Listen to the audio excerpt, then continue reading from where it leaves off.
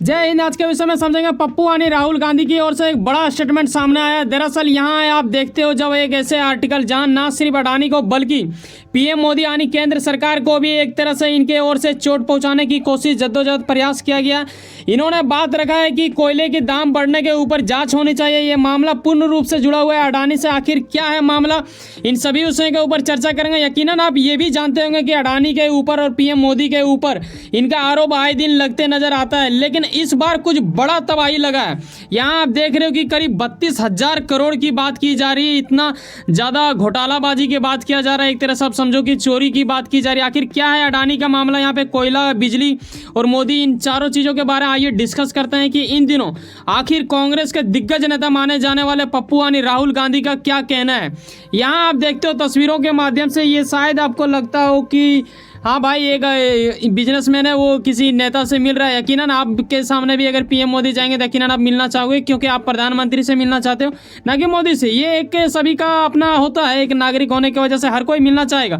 लेकिन इस चीज़ को पप्पू यानी राहुल गांधी की ओर से एक अलग दिशा की ओर लेके जाता है। आखिर कितना सच कितना झूठ है, इसके बारे में डिस्कस करने वाली बात होगा। यकीनन आपने बीते महीनों में देखा होगा कि इनके ओर से आरोप आया है, लेकिन इस बार ये क्या कहते हैं एक प्रेस कॉन्फ्रेंस में। यहाँ ये देखो, ये कहते हैं भाई साहब मैं गलत था, ऐसा राहुल गांधी खुद को कहते हैं, ठीक है। और साथ ही ये कहते हैं कि उस टाइम तो हमने सिर्फ 20,000 करोड़ की बात की थी, लेकिन अब वक्त आ चुका है कि इसमें करीब 12,000 करोड़ और ऐड हो जाएंगे। और इसमें ऐड क्यों किया जा रहा है इसके बारे में बताएंगे आगे स्टेप में आपको। और ये हो जाता है टोटल 32,000 करोड़ रुपए की बात, ऐसा कुछ राहुल गांधी का कहना है।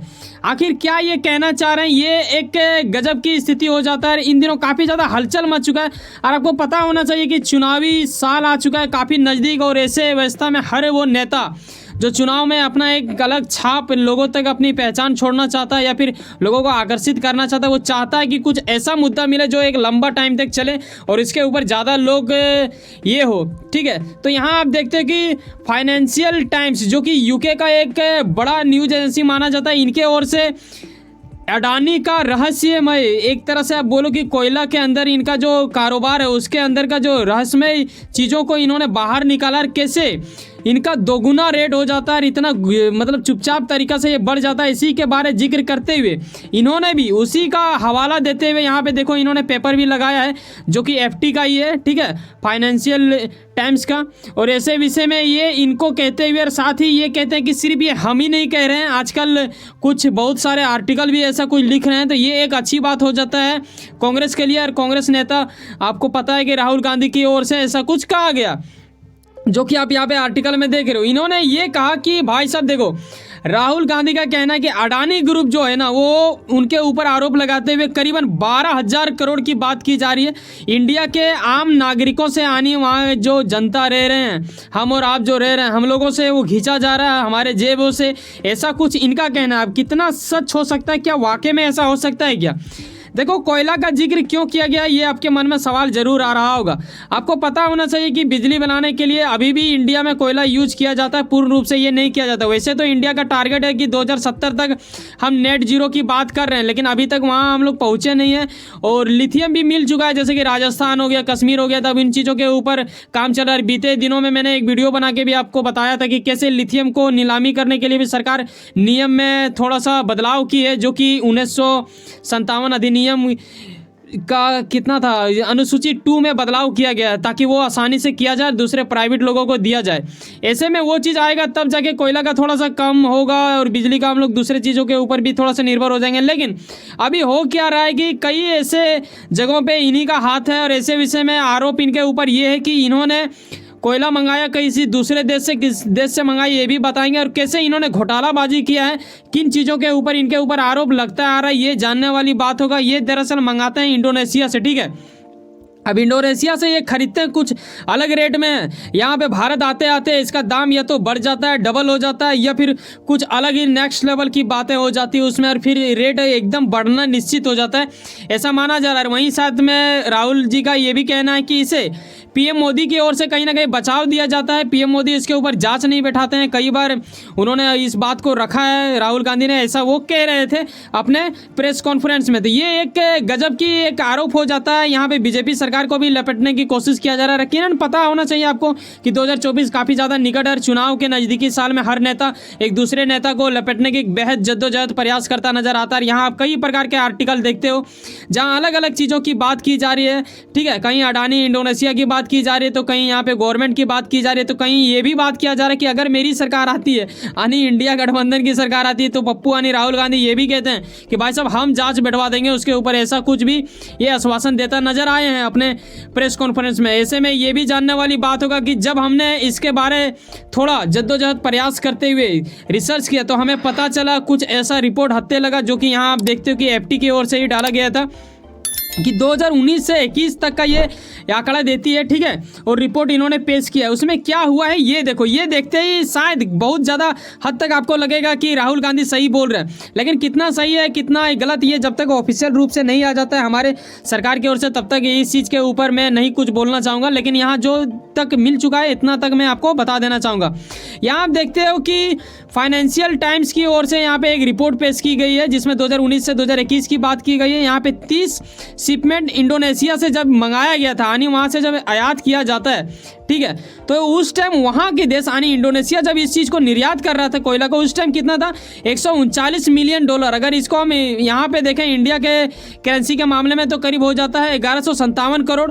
वहीं आगे चल के जब भारत ये पहुँचता है तो हो जाता है 215 मिलियन डॉलर। और उसके बाद अगर यहाँ इंडिया की आधार पे अगर इसे मापा जाए तो हो जाता है कितना 1789, ठीक है, करोड़। तो ये स्थिति बिल्कुल यहाँ तय कर देता है, एक तरह से बता देता है आपको, स्पष्टता यहाँ पे दर्शाया जा रहा है कि करीब 52% रेट कुछ बढ़ जा रहा है। अब ऐसे में आपके मन में सवाल आ गया कि सर राहुल गांधी जी बोल रहे हैं मतलब डबल हो जा रहा है, तो ऐसे में क्या वो सही बोल रहे हैं गलत बोल रहे हैं? देखो वो उन्होंने बोला है अनुमान लगा के, ठीक है, इन्होंने ये पक्का नहीं किया कि इतना ही हो जाता है, लेकिन उनका कहना है कि या तो डबल हो जाता है भाई या फिर बहुत ज़्यादा बढ़ जाता है। ऐसा क्यों हो रहा है? लेकिन ये सच वाली बात है कि कोयला इनका इंडोनेशिया से आ रहा है, लेकिन इसमें क्या वाकई में यही फ़ायदा उठा पाए हैं या फिर कुछ और लोग फ़ायदा उठाए हैं? देखो यहाँ पे और थोड़ा जब मैंने इसके बारे में रिसर्च किया तो हमें ये भी पता चलता है कि 2016 में अगर देखें आप तो DRI के एक सर्कुलर जारी किया गया था, उसमें बताया गया करीब 40 संगठनों ने, मतलब अलग अलग संगठन होते हैं, आपको पता होना चाहिए कि संगठन क्या होता है, उसमें से इंडोनेशिया से जितने संगठन की ओर से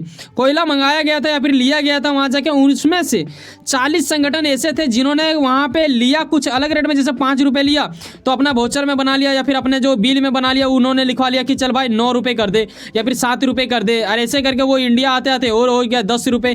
तो ये कुछ अंदाजा लगा के आप इस चीज़ को समझ सकते हो, यहाँ पे स्पष्ट ये नजर आता है, ठीक है। कई सारे आर्टिकल में आपको मिल जाएगा जब आप रिसर्च करोगे। ऐसे में कोयला के प्रति काफ़ी ज़्यादा घोटालाबाजी किया गया है, ऐसा कुछ सामने लाया जा रहा है। वहीं आप ये भी देखते हो कि करीब 42,000 करोड़, ये कोई छोटा मोटा अमाउंट नहीं है, और जो कि FT यानी फाइनेंशियल टाइम्स की ओर से आया है ऐसा रिपोर्ट, तो ये एक बड़ा न्यूज एजेंसी माना जाता है, UK का ये बहुत बड़ा ये माना जाता है, ठीक है। तो इनके ऊपर आप ट्रस्ट कर सकते हो फुल्ली, लेकिन कहीं ना कहीं अडानी का भी देखना पड़ेगा, क्योंकि कुछ महीना पहले आपने देखा कि कुछ बाहर देश के कुछ ऐसे लोगों की ओर से भी कुछ कर दिया गया था, हालांकि बाद में ये निपटारा हो गया, ये भी मैं आगे स्टेप में बताऊंगा। लेकिन इसमें देखो सिंगापुर, ठीक है, ताइवान, दुबई, इन तीनों के बिचौलियों के अनुसार ये देखा गया है उन लोगों को भी फायदा हुआ है, 2 गुना हो चुका था दाम। तो ये एक कहीं ना कहीं स्थिति खराब करता है। जब देखो कोयला का ही दाम अगर मान लो बढ़ा दे रहा है, 2 रुपये में खरीद रहा है, यहाँ पे 6 रुपये में बेच रहा है, चाहे 10 रुपये में बेच रहा है, चाहे 4 रुपये में ही बेच रहा है, चाहे 3 रुपये में भी बेच रहा है, यार जितना में भी बेच रहा है कहीं ना कहीं ज़्यादा तो बेच रहा है। अब उससे क्या होगा कि बिजली उत्पन्न,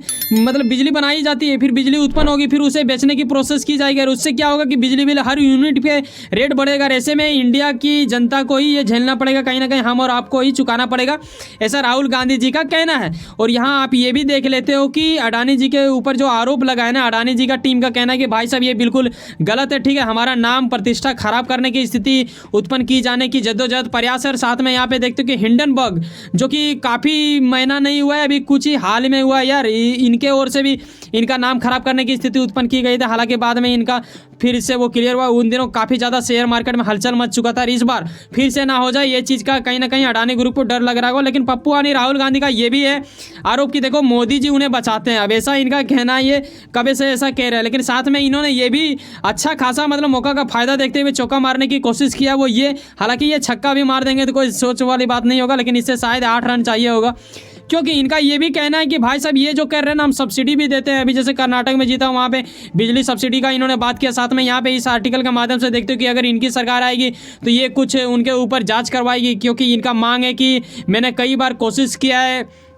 चाहे हम बात करें सदन का या फिर हम जनसभा की बात करें, हर जगह पे हमने इस बात को उठाया, लेकिन सरकार उनके ऊपर जांच नहीं बैठाती है। ऐसा कुछ इनका आरोप है सरकार के ऊपर। अब देखने वाली बात ये भी समझ लो कि देखो भाई साहब, जो लोग कोयला वोयला निकालते हैं खदान वदान से, वो उनका चेहरा कुछ इस तरह दिखता है, कुछ व्हाइट वाला भूत नजर आ रहा होगा आपको। वैसे सुनो ना कहीं कुछ ना कुछ आप काम करते होंगे, लेकिन अपने काम के प्रति काफ़ी ज़्यादा उम्मीद रखते होंगे, लेकिन आपका मेहनत आपका मंजिल बन के मिला। वैसे सुनो ना, सब्सक्राइब कर लो पावर ऑफ चांस और जुड़े रहो मुझसे। चलो मिलते हैं किसी नेक्स्ट वीडियो में। जाने से पहले एक बात ख्याल रखना भाई साहब, अगर आपको लगता है कि वाकई में हमारे अंदर वो गुणवत्ता है, मैं आपको सही चीज़ बताता हूँ, एक सब्सक्राइब जो बिल्कुल फ्री होता है करके जाना। मिलते हैं किसी नेक्स्ट वीडियो में। बाय, जय हिंद, जय भारत।